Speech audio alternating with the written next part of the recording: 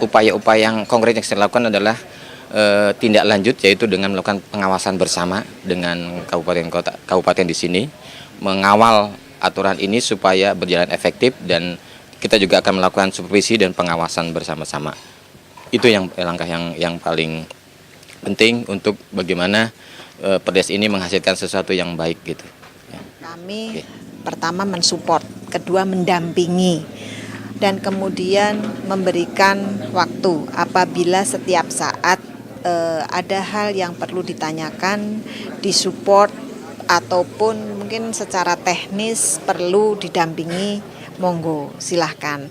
Karena pada prinsipnya berbasis masyarakat itu lebih kuat daripada istilahnya dari top down gitu ya, dibangun suatu regulasi ataupun kegiatan yang kemudian dikembangkan dari atas ke bawah.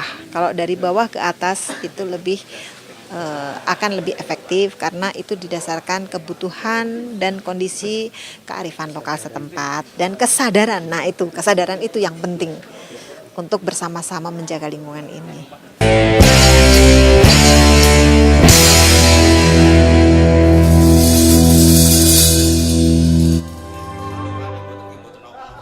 Di tengah gelar wicara tentang Perdes Lingkungan Hidup, masyarakat setempat diajak menikmati humor komedi bertemakan pelestarian lingkungan bersama Rini dan Susilo Nugroho, seniman kawakan dari Yogyakarta. Di samping itu, seluruh tamu yang hadir juga bersama-sama melakukan pelepasan kura-kura dan ikan ke Sungai Keduang, serta penyerahan bibit pohon suwek kepada tokoh masyarakat setempat.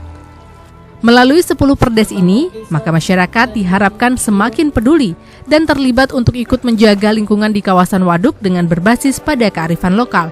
Salah satu wujudnya adalah pola menanam pohon yang mampu menjaga air.